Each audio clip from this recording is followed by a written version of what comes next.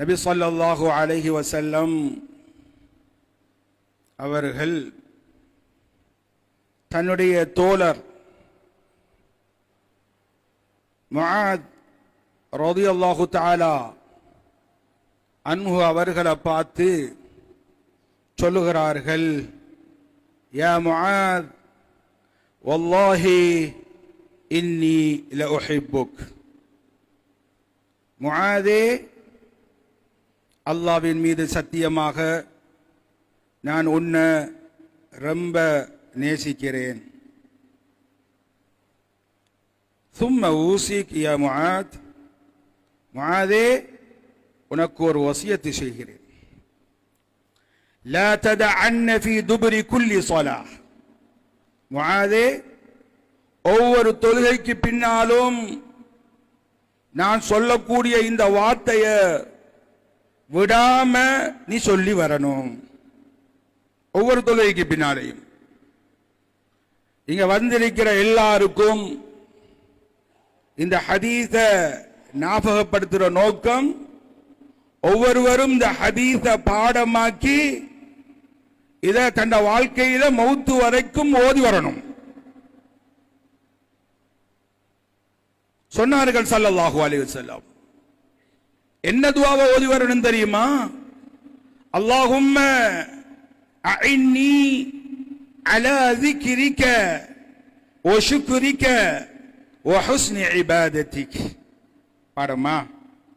பாடம் இல்லண்டா உலமாக்கள் அணுகி உலமாக்கள்கிட்ட பேசி இந்த துஆவை நீங்க எல்லாரும் ஓதணும். ஆம்புல பொம்புல வயசாளிகள் வாலிபர்கள் சின்ன புள்ள. அதுல என்ன சொல்லப்பட்டீங்க? 3 விஷயம் சொல்லப்பட்டீங்க. அல்லாஹும்ம அஇன்னி அலா ذிக்ரிக். அல்லாஹ்வே, உன்னை திக்ர் செய்யற விஷயத்துல எனக்கு நீ உதவி செஞ்சிரு. உன்னை நினைக்கிற விஷயத்துல எல்லா நிலையிலும் உன்னுடைய நினைப்பு எனக்கு வரணும். எல்லா சந்தர்ப்பத்திலும் உன்னுடைய சிந்தனை எனக்கு வரணும். அஇன்னி அலா ذிக்ரிக். இன்னும் வ ஷுக்ரிக். அல்லாஹ்வே, எல்லா சந்தர்ப்பத்திலும் உனக்கு நன்றி செலுத்துற அந்த தன்மையை என் வாழ்க்கையில நான் கடைபிடிக்கிறதுக்கு நீ உதவி செய்யணும். வ ஹுஸ்னி இபாதத்திக். நல்ல அமல் செய்யறதுக்கு. அமல்ல சோம்பேறித்தனம் இல்ல, அமல்ல பொடுவோக்கு இல்ல, அமல்ல அல்லாஹ்வுட பயம் வார மாதிரி தக்வாவுடைய இஹ்லாஸுடைய அல்லாஹ்க்கு பயந்து நடுங்கி செய்யக்கூடிய அமல செய்யறதுக்கு எனக்கு நீ உதவி செய்யணும் யா அல்லாஹ். அல்லாஹ்வுடைய நெல்லடியார்களே, அன்பு சகோதரர்களே, zikr என்று சொல்றது, அல்லாஹ்வை ஞாபகம் வச்சுக் கொள்றது என்று சொல்றது எல்லா நிலையிலும்.